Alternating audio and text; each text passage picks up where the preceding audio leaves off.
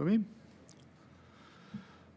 Alors, bonjour à tous les amis de l'IEMET.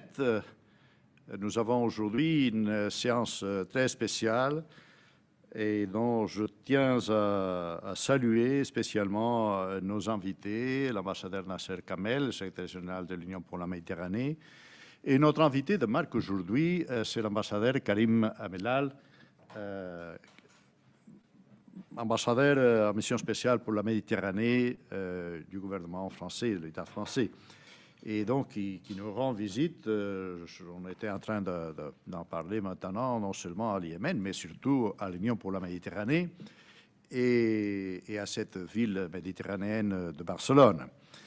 Et donc, nous avons pensé que c'était une bonne chose que de partager ces propos, non seulement en cercle clos, mais avec les amis de l'IEMET, des amis des thèmes euro-méditerranéens. Je tiens donc à saluer tout spécialement les membres du réseau espagnol de la Fondation Annaline. Comme vous le savez, monsieur l'ambassadeur, il y a, dans le cas de l'Espagne, quelques 150 membres du réseau espagnol de l'Annaline. Je tiens à saluer aux participants au programme interuniversitaire de l'IEMET. Il y a toutes les semaines des conférences avec toutes les universités de la région autour de Barcelone. Et je tiens à saluer aussi aux membres des principaux réseaux que cette maison anime. C'est surtout le cas d'Euromesco. Nous avons tenu ces derniers jours la conférence annuelle du réseau et du réseau 5+5 de la Méditerranée occidentale. Alors donc, je pense que tous ces gens-là sont extrêmement intéressés à ce que l'ambassadeur Karim Amelal peut nous expliquer. Je sais que vous êtes professeur à Sciences Po, vous êtes ambassadeur pour les thèmes méditerranéens au gouvernement français, mais vous êtes surtout un personnage engagé en faveur de la participation des jeunes, en participation des minorités, de l'égalité, et aussi de la participation des femmes et des jeunes gens à la vie publique, et donc la participation de la société civile. Je pense que c'est pour cela que je tiens à saluer au sens large cette maison. Comme j'étais en train de vous l'expliquer avant, était toujours engagée en faveur de la participation de la société civile. Nous avons essayé d'être utiles à cela et utile au projet euro-méditerranéen. C'est donc pour cela que je tiens aussi à saluer tout spécialement la présence du secrétaire général Nasser Kamel parmi nous, et nous nous réjouissons de votre présence. Et donc, sans plus m'attarder, je vous passe la parole, je m'apprête à vous écouter avec un grand intérêt. Vous avez la parole. Bonjour à tous, bonjour et merci beaucoup Monsieur le Président, Monsieur l'Ambassadeur, Monsieur le Secrétaire Général, Monsieur le Directeur Exécutif. Merci beaucoup pour votre accueil et puis merci aussi et peut-être surtout d'ailleurs pour le travail que vous faites à l'IEMED. Parce que c'est un travail important et parce que, comme vous le disiez à l'instant, de société civile, nous avons bien besoin et la Méditerranée a grand besoin. Aux côtés évidemment des États et aux côtés de tous ceux qui œuvrent quotidiennement en faveur de la construction de cet espace politique qui, il faut bien le dire, ne va pas très bien en ce moment. Ne va pas très bien parce que la Méditerranée, on le sait, on le voit, chaque jour est parsemée de tensions, de crises, de fractures. Et par conséquent, penser la Méditerranée aujourd'hui, eh bien, c'est une chose qui est bien difficile. Alors ça ne veut surtout pas dire qu'il ne faut pas le faire et il ne faut pas s'efforcer de conduire cette réflexion. C'est ce que je vais essayer de faire assez rapidement parce que le but, c'est aussi qu'on puisse avoir un échange. Et je vais essayer de le faire à travers une question qui est évidemment au cœur du sujet méditerranéen et des sujets méditerranéens, qui est celle de l'intégration, la problématique de l'intégration, qui était, vous le rappeliez d'ailleurs dans votre propos introductif et puis dans la conversation fort agréable que nous avons eue avant, au cœur même du processus de Barcelone, auquel vous avez, Monsieur le Président, substantiellement contribué et qui a constitué un point de départ. Peut-être pas forcément un point de départ sur le plan politique, mais en tout cas qui a lancé un nouveau cycle. Et il est vrai qu'aujourd'hui, en regardant un peu en arrière, au cœur des années 90, 25 ans. Nous avons d'ailleurs, il y a peu de temps, l'an dernier, fêté le 25e anniversaire du processus de Barcelone. Les choses, effectivement, ont progressé dans une certaine mesure, mais ne sont peut-être pas encore à la hauteur des espérances qui avaient été formulées en 1995. Parce que c'est un travail de longue haleine et parce que la Méditerranée est œuvrée à construire un espace politique méditerranéen, eh bien ça prend du temps. Et bien sûr, nous avons bon espoir ensemble que les choses continuent de progresser parce que, contrairement à une idée reçue, et d'ailleurs une idée reçue souvent en France, je dois bien le dire, il ne se passe pas rien en Méditerranée. Il ne se passe pas rien sur le plan politique. L'UPM, évidemment, est un formidable instrument, un formidable véhicule, de même qu'un certain nombre d'organisations de la société civile, dont l'IEMED. En tout cas, c'est vrai que penser la Méditerranée, y a souvent deux visions qui s'opposent ou qui sont à distance l'une de l'autre, deux visions assez contradictoires en réalité, depuis très longtemps. Il y en a une qui est plutôt optimiste, qui consiste à dire que tout va bien en Méditerranée. Et que, c'est pas que tout va bien, c'est surtout que la Méditerranée forme un espace cohérent. Forme un espace cohérent parce que le ciel est toujours bleu, parce que les paysages sont toujours les mêmes, parce que les oliviers sont partout, et parce que dans une union formidable de tous les champs et de toutes ces personnes qui ont tant de points communs, il y a un espace, une représentation commune. Et puis il y a une autre représentation à rebours de celle-ci qui, elle, est beaucoup plus pessimiste et beaucoup plus négative et qui voit en permanence, et je crois que c'est surtout celle-là qui prévaut ces temps-ci, qui voit la Méditerranée comme un espace entièrement, complètement et en quelque sorte éternellement fracturé. Un espace de disparité, un espace où rien ne va, un espace où il est impossible finalement de parvenir à des compromis, de parvenir à des décisions communes, où il est impossible, compte tenu de l'immensité de ces fractures, à construire un espace politique cohérent. Alors, je crois que la vérité, comme souvent dans ces matières, se situe à mi-chemin, et certes, il y a des fractures, mais ces fractures, dans un effort collectif, elles ne sont pas irréfragables, et on peut, sans aucun doute, les surmonter, bien que cela demande un certain nombre d'efforts. Alors, le sujet qui nous occupe aujourd'hui est celui-ci. Est-ce qu'on se dirige vers plus d'intégration et surtout, quels sont les défis qui se posent à nous en matière d'intégration sur le plan culturel, interculturel et plus largement? Quels sont ces défis qui, peut-être, nous empêchent ou que nous avons à relever pour espérer continuer notre route dans le prolongement du processus de Barcelone. Alors, je vais en lister ou en sérier quelques-uns de ces défis.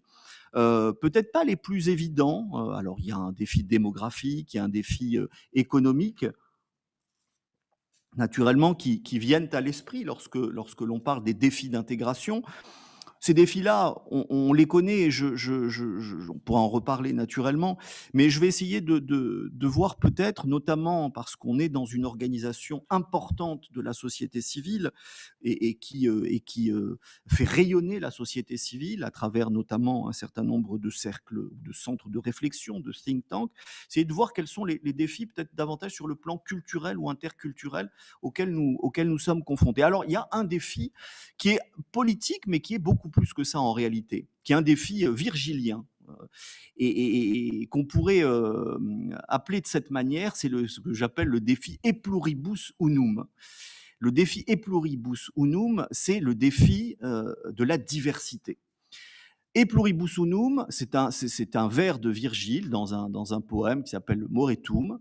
D'ailleurs, on n'est pas certain que le vers soit vraiment de Virgile. Mais enfin, le fait est que depuis Virgile et depuis l'Empire romain, le vers a fait son chemin. Et il se trouve que c'est, vous savez, la devise des États-Unis, et pluribus unum. Et pluribus unum, ça veut dire de la diversité, l'unité, ou l'unité participe de la diversité.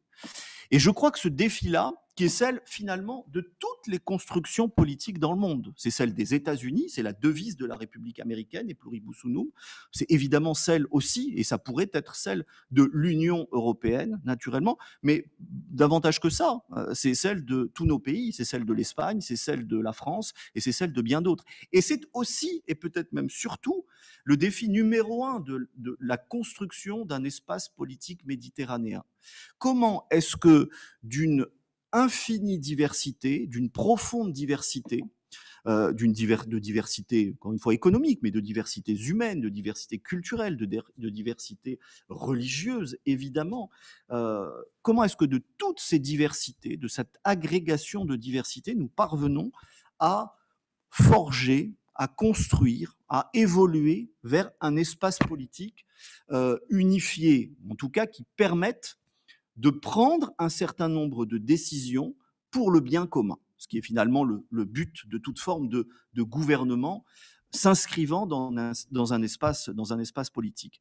Alors, ce défi e pluribus unum, il est évidemment particulièrement puissant, le disait, dans l'espace méditerranéen, parce que ce que Michelet appelait, un historien français important, Michelet avait une formule pour parler de la diversité et de toutes ces petites différences qui fracturent le tissu national, il parlait de petites patries. Intéressant ce terme de petite patrie, et des petites patries, évidemment, et par définition, en Méditerranée, il y en a un certain nombre. Alors, je ne vais pas vous faire la liste de toutes ces petites patries, et finalement, de toutes ces lignes de fracture qui fragmentent cet espace, finalement très petit par la taille, à l'échelle du monde, mais considérable par l'ampleur de ces lignes de fracture et par ces points de rupture, par ces rifts, pour employer un mot cher aux vulcanologues. Donc, réconcilier ces petites patries et créer du lien entre elles, c'est compliqué à l'échelle d'un pays, à l'échelle de la France, et évidemment, c'est encore plus compliqué à l'échelle supranationale, au-dessus des États-nations. Ça l'a été pour l'Union européenne, ça l'a été pour les États-Unis, avant encore, et pluribus unum, encore une fois, et ça l'est, je crois, encore davantage, parce que les lignes de fracture ont tendance à se solidifier, ça l'est encore davantage à l'échelle de la Méditerranée. Alors, je crois que pour essayer de surmonter ce défi politique majeur qui se pose dans toutes les constructions politiques et en Méditerranée comme ailleurs, d'abord il faut du temps. L'Union européenne ne s'est pas faite en un jour, elle s'est faite rapidement, mais elle ne s'est pas faite en un jour. On rappelait en introduction que le processus de Barcelone, c'était il y a 25 ans. 25 ans, c'est une paille à l'échelle de l'histoire du monde et à l'échelle de toute construction politique. La Révolution française s'est faite après 1000 ans, en quelque sorte, un peu moins, 700 ans de règne capétien. Et toutes les constructions nationales ont pris énormément de temps. Elles ont pris énormément de temps et puis elles se sont toutes faites aussi après des chocs très importants. L'Union européenne, évidemment, après le choc de la Deuxième Guerre mondiale. La CECA en 1951, petite communauté du charbon et de l'acier, ce qui est important d'ailleurs parce que ça rappelle l'importance de ces liens dans ce qu'on appelle dans l'Union européenne des coopérations renforcées à de petites échelles. Ça s'est fait après un choc et un traumatisme considérable qui était celui de la Deuxième Guerre mondiale. Ça ne veut pas dire qu'on a besoin de plus de chocs en Méditerranée, sûrement pas. Mais ça veut dire que ça prend du temps et qu'il y a des événements qui, à un moment donné, permettent de catalyser et d'accélérer en quelque sorte l'histoire. Et puis, il y a aussi un certain nombre de défis communs qu'il nous faut relever sur justement cette question de l'intégration politique et comment est-ce que on parvient à dépasser les petites patries, à dépasser les différences, les divergences, y compris sur le plan politique, pour parvenir à construire un espace politique à peu près unifié, je ne sais pas, mais en tout cas qui permette de répondre aux enjeux que nous avons aujourd'hui, par exemple sur le plan climatique, par exemple en matière d'inclusion, d'égalité, etc., etc. Ces défis, ce sont surtout des conditions en réalité. Alors, c'est des conditions, et honnêtement, ce n'est pas un propos très révolutionnaire que je vais tenir là, mais c'est des choses sur lesquelles il nous faut, je crois, travailler dans nos différentes organisations. Certaines, en dire un mot, le font depuis longtemps. C'est le cas de l'UPM, évidemment. C'est sans aucun doute le cas de l'IEMED et plein d'autres, de par la Méditerranée, le font. Ce sont des défis assez élémentaires ou des conditions assez élémentaires pour construire un espace politique. Il y en a un qui est très important, c'est d'abord le sentiment d'appartenance. Le sentiment d'appartenance à un espace commun. Et ça ne va pas de soi en Méditerranée. Selon que l'on est à Beyrouth, à Tanger, à Naples ou à Marseille, ce sentiment d'appartenance à un espace méditerranéen, à un espace commun, n'est pas une chose évidente, loin s'en faut. Et ça se construit. Ça se construit, ça veut dire qu'il faut tisser des liens, ça veut dire qu'il faut ériger des passerelles, des ponts, en particulier sur le plan culturel. C'est pour ça qu'une fondation comme la fondation Anna Lindh, créée en 2005, est un instrument extrêmement important pour créer ce tissu-là et créer ces liens. Sentiment d'appartenance. Il y a une deuxième condition importante, c'est la représentation. Se représenter un espace commun. Je suis d'origine algérienne et en Algérie, la Méditerranée et la représentation d'appartenir à un espace commun, la représentation de la Méditerranée n'est évidemment pas la même que lorsqu'on est de l'autre côté, en face, sur l'autre rive, en Italie, en Grèce ou dans un pays des Balkans. Et construire une représentation de l'espace commune, là encore, ça demande non seulement du temps, mais du travail. Et je crois qu'à cet égard, le travail des universités, de la coopération universitaire, de la coopération en matière de recherche, de la coopération académique, pour créer une représentation, des représentations communes, est très important. Troisième condition importante, me semble-t-il, un récit. Un récit, c'est-à-dire des mots, c'est-à-dire du verbe. Alors, pas l'évangile, mais au commencement était le verbe. Et souvent, les mots et les idées sont au commencement de toute chose, et en particulier des constructions politiques. On a besoin d'un récit commun. Ce récit commun, il existait, je crois, au moment de Barcelone, au moment du processus de Barcelone, dans les années 90, parce qu'il y avait une conjonction de facteurs favorables, hein, les accords d'Oslo par exemple, il y avait un momentum, et il y avait un récit commun et une volonté commune d'avancer sur la base de ce narratif, de ce récit. Je crois que ce récit commun, il n'existe plus vraiment et il faut le reconstituer. Alors c'est pour ça d'ailleurs que la création de la journée de la Méditerranée par l'Union pour la Méditerranée, l'adoption de ce principe-là, 28 novembre, est quelque chose de très important parce que ça participe de la construction d'un récit commun, de la création de représentation de l'espace commune, et effectivement, ça contribue à créer en tout cas un sentiment d'appartenance. Alors, les journées de la Méditerranée, il faudrait que ce soit presque toute l'année en quelque sorte. Mais c'est un premier pas, et c'est un premier pas important pour contribuer à ancrer dans les esprits ce récit commun. Et puis, dernière condition qui n'est pas la moindre, le leadership. Le leadership, c'est-à-dire qu'à un moment donné, et la CECA, ça s'est fait comme ça, les États-Unis, ça s'est fait comme ça, la Révolution française s'est faite comme ça, il faut un petit groupe d'hommes de bonne volonté pour conduire les choses et pas dire renverser le destin, mais en tout cas le prendre en main et contribuer à accélérer l'histoire. Comme il n'est pas satisfaisant de souhaiter qu'une guerre provoque cette accélération de l'histoire, il faut que la volonté des hommes le fasse. Et il faut du leadership. Et ce leadership-là, en Méditerranée aujourd'hui, contrairement d'ailleurs aux années 90 et à ce processus de Barcelone, sans doute fait-il en grande partie défaut. Là encore, parce que les fractures sont trop importantes, les divergences sont trop importantes, les représentations se sont trop éloignées les unes des autres, mais on a besoin de leadership politique. Il faut y travailler évidemment. Et le leadership politique en Méditerranée, c'est pas tout le monde, c'est pas l'unanimité, c'est un groupe de leaders susceptibles d'engager à nouveau un processus et une dynamique. En tout cas, c'est quelque chose qu'on peut souhaiter.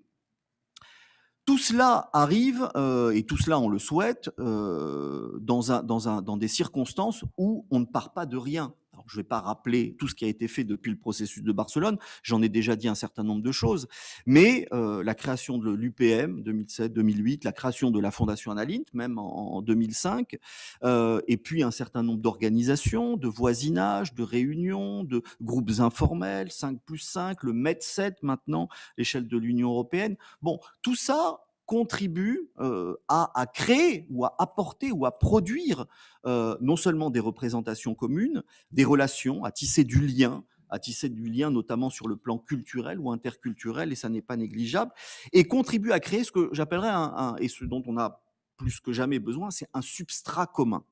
Un substrat commun de valeurs et de principes sur lesquels on se met d'accord, à peu près tous, et qui permettent d'avancer. Et ce substrat commun, quand on prend toutes les délégations, toutes les déclarations ministérielles adoptées dans tel ou tel cadre, à l'UPM, dans le cadre du 5+5, à des échelles plus importantes, par l'Union européenne, bon, il y a quand même un certain nombre de principes et de valeurs qui émergent et qui constituent ce substrat commun. Donc on ne part pas de rien, on ne part pas de nulle part. Et il faut construire à partir de ça, mais il faut parvenir à remplir les quelques conditions et sans doute beaucoup d'autres que j'ai rapidement évoquées. Et puis un dernier mot sur les défis culturels et interculturels auxquels on fait face. Parce qu'il y en a un certain nombre et parce que la période que nous vivons, c'est peut-être pas quelque chose que nous avons en tête, parce qu'encore une fois, quand on parle de disparité, de défis, de fractures, on pense tout de suite, et c'est normal, à la démographie, c'est très important, à l'économie, c'est fondamental. Mais il y a aussi c'est pas des éléments sous-jacents, mais peut-être un peu des sous-jacents qui sont pour le coup proprement culturels et qui sont des défis que nous devons relever. Le premier de ces défis, plan culturel, c'est celui de l'identité. Nous sommes dans une période où, il y a un moment où, on le voit partout dans le monde, hein, la question de l'identité a surgi, a non seulement surgi, ça c'est pas nouveau, mais c'est durci. Et nous sommes à un moment aussi où les identités non seulement se déterritorialisent ou sont déterritorialisées, c'est-à-dire qu'elles ne s'ancrent plus, elles ne s'enracinent plus dans justement les petites patries de Michelet, c'est-à-dire dans un territoire.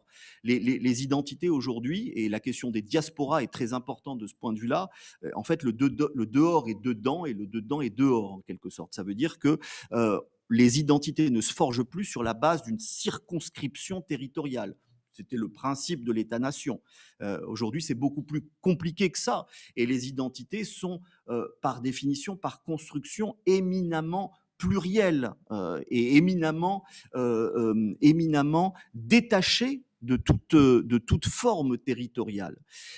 Et ce défi-là, qui est de penser l'identité dans un cadre territorial, qui est celui de la Méditerranée, c'est évidemment quelque chose de beaucoup plus important, d'autant que dans le même temps, et c'est un autre défi identitaire fondamental, les identités se sont politisées. Elles se sont politisées à l'échelle des États et elles se sont politisées à l'intérieur même des États. Bon, on le voit presque quotidiennement en France à travers un certain nombre de débats publics et de controverses publiques que nous avons. Et puis elle se voit à l'échelle de la Méditerranée à travers un certain nombre d'États qui politisent l'identité et qui politisent des identités déterritorialisées et donc essentialisées. Bon, notamment fondées sur un certain nombre de croyances et qui sont souvent des identités religieuses, essentialisées, instrumentalisées. Et c'est valable au niveau des États et c'est valable sur un plan infra-étatique.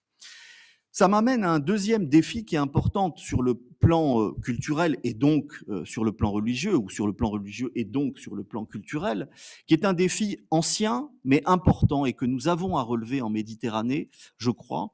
C'est le croisement, ou même la superposition d'ailleurs, du champ politique et du champ religieux. On le voit à l'échelle des États et on le voit à l'intérieur même des États. Je crois que c'est un défi qui est important, qui est ancien, qu'il ne faut pas surestimer ou exagérer, mais qui est important parce que nous devons parvenir à construire un espace détaché des interférences et de l'influence du religieux, un espace politique, j'entends, à l'échelle méditerranéenne. Et puis, et je m'arrêterai ensuite, il y a un dernier défi qui est celui de la diversité culturelle. Alors, sur ce plan, je profite pour citer un sociologue allemand que j'aime beaucoup, qui s'appelle Zygmunt Bauman, et qui a l'habitude de distinguer ce qu'il appelle la variété culturelle et la variété des cultures. La variété des cultures, ça contribue à essentialiser un peu le débat, à figer des cultures qui seraient immuables et que l'on prendrait en les juxtaposant les unes à côté des autres. Et puis, il y a ce qu'il appelle la variété culturelle, c'est-à-dire la dialectique. Et c'est le défi que nous avons à relever en Méditerranée, que de parvenir, et justement la Fondation Anna Lindh est un très bel outil pour ça, de parvenir à forger, à créer une dialectique interculturelle, c'est-à-dire une manière d'envisager, de penser, de projeter la diversité culturelle qui ne se pose pas ou qui ne s'appuie pas sur des identités figées, immuables, mais qui précisément permettent de les mettre en dialogue les unes avec les autres, de façon harmonieuse et de façon respectueuse. Variété culturelle, ou diversité culturelle, qui est un peu d'ailleurs le sens que l'UNESCO donne au concept de diversité culturelle. Alors, pour conclure, et j'espère que je n'ai pas été trop long, hein, vraiment, ça va ? Oui, bon. Ça va très bien. Ok. Vous m'arrêtez, hein, si je... Mais bon, j'ai fini là. Et pour être, je disais au tout début qu'il y avait deux représentations quand on parle de la Méditerranée. En fait, il y a une conception. Yves Lacoste a écrit un bouquin qui s'appelle Les Méditerranées. Il parle de les Méditerranées. Et puis, il y a toujours un peu dans l'image linéaire commun, vous savez, à chaque fois qu'on parle de Méditerranée, je ne l'ai pas fait cette fois, mais ça m'arrive souvent, on cite Braudel, évidemment.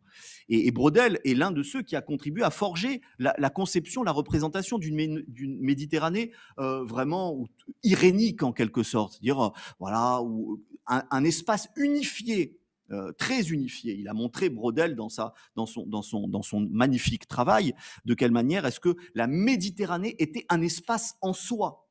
Et ça peut contribuer à alimenter la mythologie d'une Méditerranée où il y a d'ores et déjà, et de façon ontologique en quelque sorte, une identité commune. Je crois que non, ce serait une erreur. Cette identité commune, il faut la bâtir, il faut la construire. Et il faut que les sociétés civiles s'emparent de ce sujet, il faut que des organisations politiques, infrapolitiques s'en emparent. L'UPM y a puissamment contribué et beaucoup d'autres. Encore une fois, je citais l'exemple qui est anecdotique, mais pas si anecdotique que ça, de la journée de la Méditerranée, parce que je crois que c'est par ce genre d'initiative qu'on peut bâtir cette identité commune.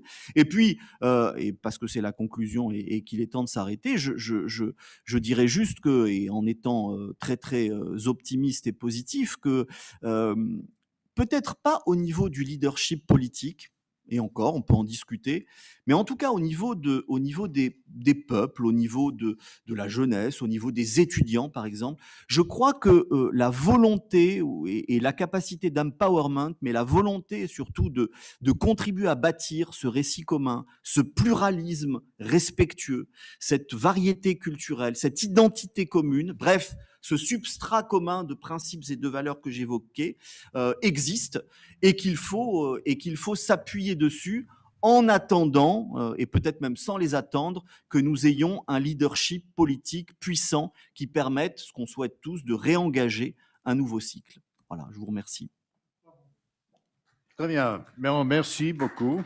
Je vois que les gens sont en train d'applaudir en salle et chez eux. Non, vraiment, mais je me fais, disons, je transmets ce sentiment que je sais que nos amis chez eux voudraient exprimer, et donc je vous le transmets. Et donc maintenant, c'est Joseph Ferré qui a pris note des questions qui ont été posées à la salle ou en ligne. Excusez-moi. D'abord, on va commencer avec des questions. Si la salle a des questions à poser à Monsieur l'ambassadeur. Est-ce que... alors, on va commencer par Lourdes Vidal. Merci beaucoup. Pardon. Merci beaucoup. Merci, Monsieur Amelal, pour cette intervention qui nous a bien inspiré. J'étais en train de penser beaucoup de choses. Tout d'abord, je crois que c'était très intéressant la question du récit. Pour moi, il y a quelques temps que je suis en train de penser que bien qu'on a un récit très fort sur cette substrate commun qu'on a en Méditerranée, il y a quelque chose qui peut-être ce récit devrait être renouvelé. On devrait chercher quelque chose qui fait un écho dans l'esprit des jeunes. Parce qu'on parlait beaucoup de ce patrimoine commun, on parlait beaucoup de cette idée de Méditerranée, du Mare Nostrum, mais ça n'a pas un effet réel sur la mentalité de gens qui sont au nord et au sud de la Méditerranée. Pour cela, je crois qu'on devrait construire un nouveau récit qui peut être mobilisant parmi les jeunes. Et aussi, en parlant de mobiliser, c'est la mobilité, ce qui va créer un noyau commun dans cet espace méditerranéen. D'une autre part, je crois que vous avez mentionné la Fondation Annaline. J'ai eu l'opportunité et la chance de travailler sur leur dernier rapport de tendance interculturelle. Et ce qui m'a étonné le plus, c'était que au sein du pays du Sud, il y a vraiment une très mauvaise image de l'Europe. C'est peut-être qu'on pense qu'on travaille beaucoup au sein de l'Europe sur les questions de dialogue, d'inclusivité, de lutter contre la haine, contre l'antisémitisme, contre la haine contre les musulmans, mais on n'est pas conscient de tellement d'une mauvaise image qu'on a au sein de sociétés du Sud. Et je crois qu'on doit travailler sur cela, parce que ça m'étonne que même sur les moyens de communication, sur les réseaux sociaux, on n'arrive pas à transmettre une idée plus positive de l'Europe. Et finalement, je crois que nous sommes dans un moment que c'est très difficile de convaincre notre partenaire au nord de l'Europe de reméditerraniser la politique européenne, mais on devrait essayer de quand même pousser pour réidéaliser la politique extérieure européenne. Ça veut dire prendre ces idées plus idéalistes qui sont au sein de la Méditerranée, du projet méditerranéen, et essayer de pousser pour récupérer un peu l'idée de dialogue, mais un vrai dialogue élargi, pas seulement parmi les élites, pas seulement parmi les convaincus, mais aussi parmi ces nouvelles générations, les mouvements sociaux, ce mouvement de jeunes qui sont en vrai ce qui peut changer la donne dans notre futur. Et je le laisse ici. Mais merci, c'était vraiment, vraiment inspirant.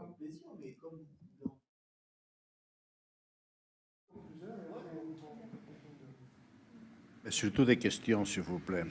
Monsieur l'ambassadeur, merci beaucoup. J'ai eu beaucoup de plaisir à vous écouter. Ma question va un peu dans la même direction que de celle de ma collègue. Ce n'est pas un hasard si on travaille dans la même institution. C'est une question très simple sur la relation entre les réalisations concrètes politiques en matière de politique euroméditerranéenne et ce sentiment d'appartenance dont vous avez parlé. Alors, vous avez commencé votre intervention en disant que ce n'était pas facile de penser la Méditerranée dans le contexte actuel. C'est encore moins facile de penser la relation euro-méditerranéenne et de sortir cette relation de sa routine, de trouver des solutions innovantes qui réellement parlent et ont un impact sur ce sentiment d'appartenance. Alors, il y a un effort parmi d'autres qui a été impulsé par l'Union européenne récemment avec la communication conjointe. Ma question pour vous est donc de ce document, par exemple, et peut-être de façon plus générale, mais quel est le thème ou quelle est la question pour laquelle vous voyez un potentiel le plus grand pour sortir, encore une fois, de sa routine, cette relation euroméditerranéenne, et trouver des solutions innovantes et concrètes qui contribuent réellement peut-être à l'émergence d'un récit commun. Merci.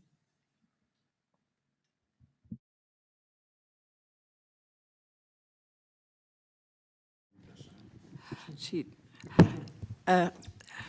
Merci.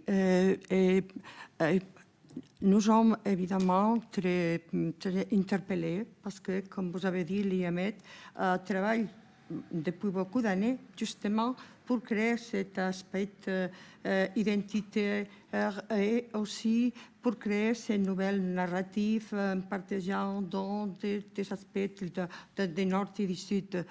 Mais c'est vrai que maintenant, et après le processus de Barcelone, c'est la société civile qui pousse à les États et à les gouvernements. Alors, je voulais vous demander, les conférences euroméditerranéennes sont très importantes parce que ce sont les conférences ministérielles, même dont on a vu dans les pays du Sud que grâce à ça, on a changé de loi. On a changé de loi en relation avec les femmes et des autres aspects. Mais ça ne sert pas assez parce que si on ne met pas de ressources, parce que ça arrive aussi aux gens, les lois seulement, ça n'arrive pas et ça nous donne aussi cette idée d'appartenance, cette idée qu'à la fin, tous, notre identité commune, ce sont les droits humains. Et je pense que c'est précisément ce qui a eu toutes les révoltes arabes avec les gens, ils demandent ça. Et ça, c'est l'identité. Parce que vous avez parlé de que maintenant, une des problématiques, c'est la religion, qui se partage avec des aspects de l'État. C'est à cause de que quand dans les diasporas, les gens perdent son identité marocaine, algérienne, qu'est-ce qui leur reste? Le reste, c'est cet aspect religieux. Alors ça se convertit en une autre identité plus puissante. Alors, je pense que si on travaillerait vraiment dans les pays du Sud, mais pas seulement avec les lois, mais vraiment qu'on travaille la société civile pour que les droits humains soient partout, je pense que cela va nous donner vraiment une identité. En plus de ce qu'on partage, comme vous dites bien, parce que moi je suis anthropologue, alors je sais qu'il y a beaucoup de choses qu'on partage en Méditerranée. Mais vraiment, c'est le processus, ce sont les lois, ce sont les aspects politiques que nous changent. Et je crois, et ma demande, c'est vous croyez que les conférences euro-méditerranéennes, qu'on ne fait rien, presque on a fait, la dernière c'était dans le 2008, une conférence Euromed culture. On pourrait faire plus de conférences euro-méditerranéennes ministérielles en relation avec la culture. Et quand on va parler de culture, à la fin, ça va sortir vraiment cet aspect du droit humain que c'est qu'on demande. Merci. Oui,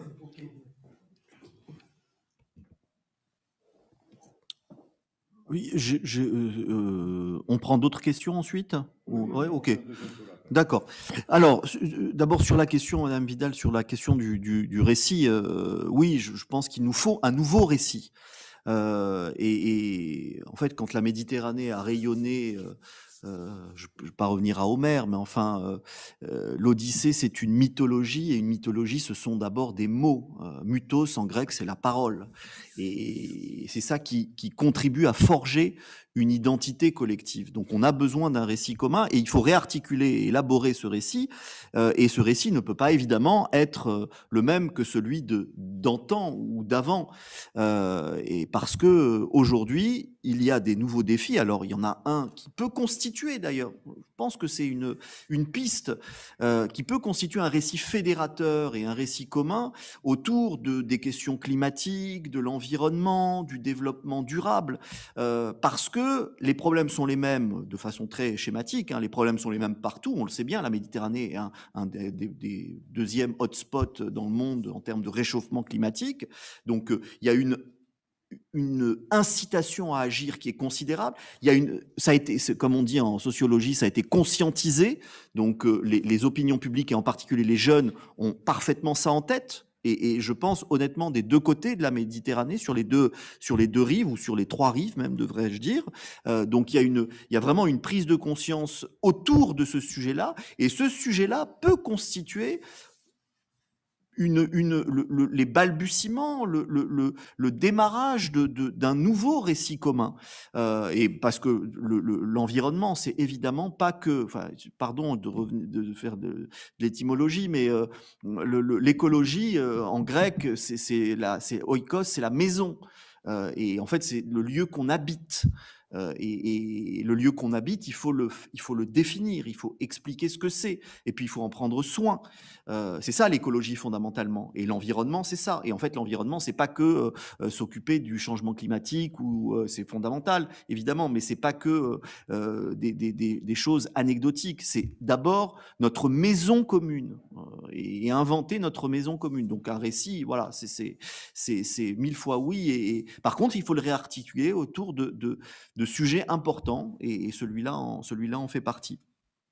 Sur le cycle voisinage sud de l'Union européenne, bon, d'abord, ça a le mérite d'exister. On attendait avec impatience ce nouveau cycle. Il y a des choses qui sont, pour nous, il y a des choses qui sont très intéressantes, très importantes. Nous, on souhaiterait que ce cycle soit encore plus ambitieux. Et on y travaille, pas tout seul, avec nos amis et partenaires espagnols, italiens en particulier, parce qu'on a les mêmes, on fait le même constat et on a les mêmes espérances, notamment en matière d'intégration régionale, et on souhaiterait d'intégration régionale et puis de mobilisation des sociétés civiles autour de l'agenda positif, justement, sur des sujets environnement, changement climatique, inclusion, égalité homme-femme, etc. Et on a les mêmes préoccupations, et puis on souhaiterait évidemment que l'Union européenne soit encore plus ambitieuse sur ces sujets, et en direction de la rive sud. Et on comprend bien, et ben je suis des deux, j'ai un pied sur chaque rive d'une certaine manière, donc je sais à quel point, pour plein de raisons, les attentes au sud ont été déçues par un certain nombre de choses, de cycles, de décisions qui ont été prises, de frustrations que ça a pu créer, d'attentes auxquelles l'Union européenne, l'Europe n'a pas répondu. Et je crois, enfin nous on croit qu'il faut le faire, et qu'il est urgent de le faire, et qu'on a là, parce que les agendas sont concordants. La priorité de la Commission, c'est le Green Deal, enfin c'est la croissance verte, et puis c'est le digital. Et ce sont aussi des agendas qui sont importants partout. Ça crée non seulement un récit commun, peut-être, en tout cas l'amorce d'un récit commun, et puis ça crée surtout des défis qui sont communs et qui permettent de produire une incitation, une volonté collective à agir. Et on est peut-être à nouveau, je le souhaite en tout cas, je ne sais pas si on sera dans le momentum qui existait dans les années 90, mais on peut s'en rapprocher ou s'en approcher. Là aussi, il y a plein de conditions, et notamment le leadership, et il faut que tout ça progresse, mais on pourrait on pourrait entrer dans un nouveau cycle, et je crois que les années qui viennent, en tout cas, seront décisives en la matière. Et puis sur la culture, madame, bah oui, bien sûr, 1000 fois oui, je suis d'accord avec vous sur le fait que la culture doit être évidemment, la culture, le patrimoine, ça doit être des sujets au cœur de l'agenda positif qu'on porte, et puis de toutes les réunions ministérielles qui existent, et puis de ce nouveau cycle aussi de voisinage sud, parce que c'est un sujet qui a été sans doute un peu trop délaissé, vous avez raison, et c'est ce qui permet de créer aussi une identité commune, donc il faudrait que ce soit plus présent. Alors c'est toujours pareil, c'est un peu délicat de répondre à ces questions, parce parce que, bon, il se trouve que je représente un pays, la France, qui n'est pas le seul acteur de ce processus-là.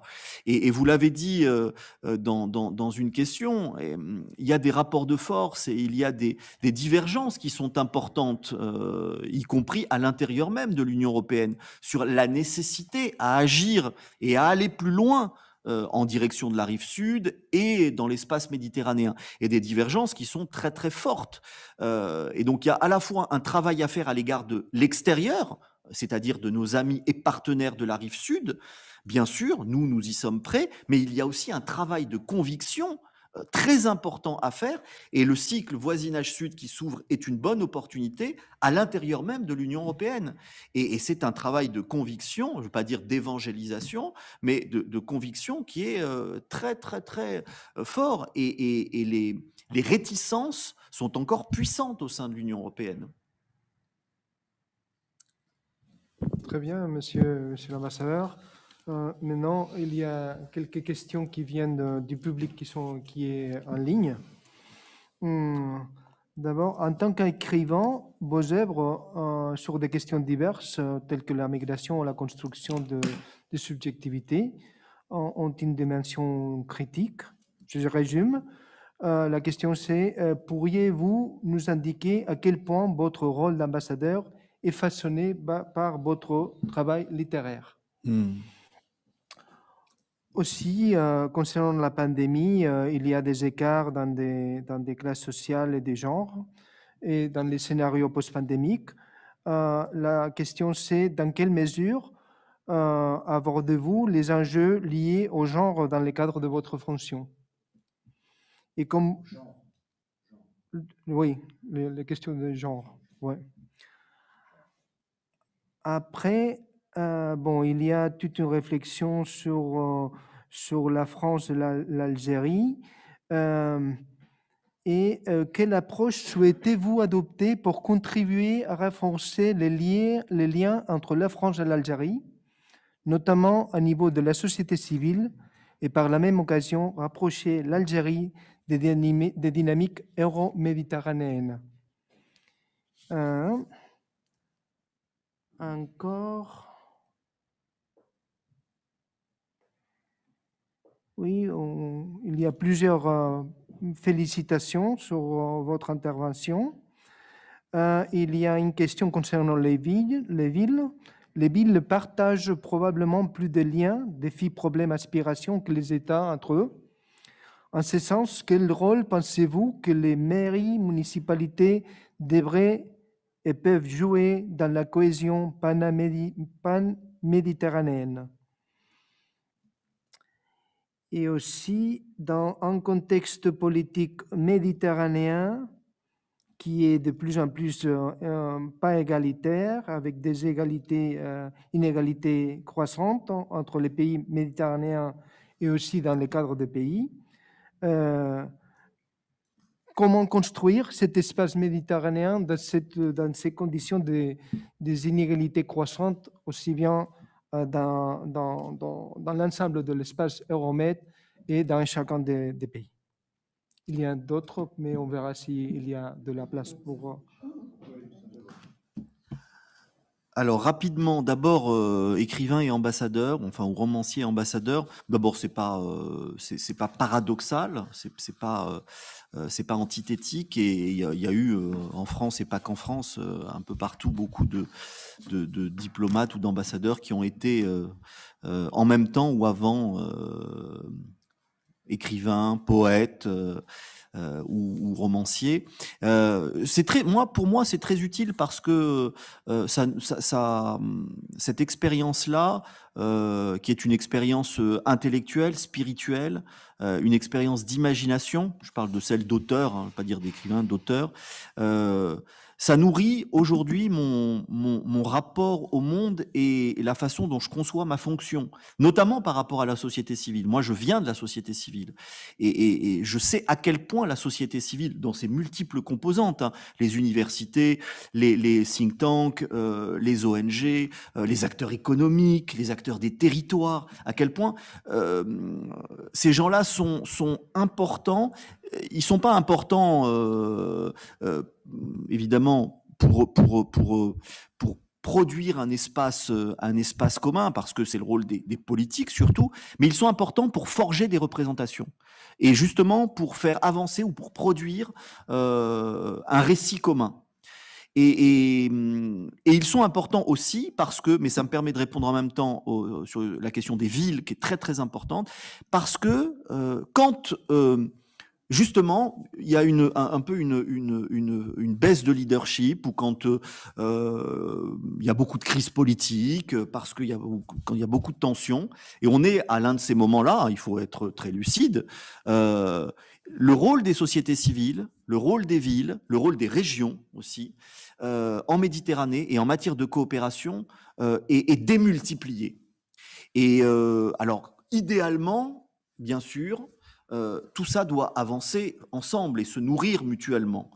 Mais il se trouve que quand le dialogue politique voilà, est un peu difficile, plus difficile qu'avant, quand il patine, eh bien, il y a des acteurs, société civile, les villes, les régions, qui construisent la Méditerranée. C'est pour ça que ce serait complètement faux. Moi, je le vois au quotidien dans mes fonctions, à Marseille, notamment, mais ce que font toutes les collectivités méridionales du Sud en France, et pas que d'ailleurs. Vous avez des collectivités, la région Hauts-de-France, la région des petites villes de l'Est de la France, qui ont des coopérations en Méditerranée, avec les pays de l'autre rive, que personne ne sait.